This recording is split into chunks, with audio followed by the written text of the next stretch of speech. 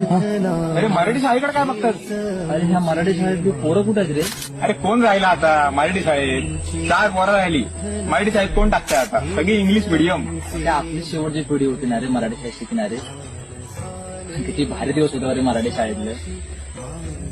आया चपला नव्हत्या, धावत धावत मात्र शाळेत जायचा.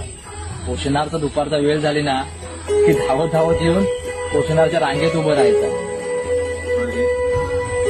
विचार, गणिता, मराठी, इतिहास रोज जमिनीवर बसून शिकला होती मराठी शाळेत. हा मराठी भाषेत जन्म घेतला ना, त्या मराठी शाळेचा अर्थ दिवस होतील असं वाटलं पण नव्हतं.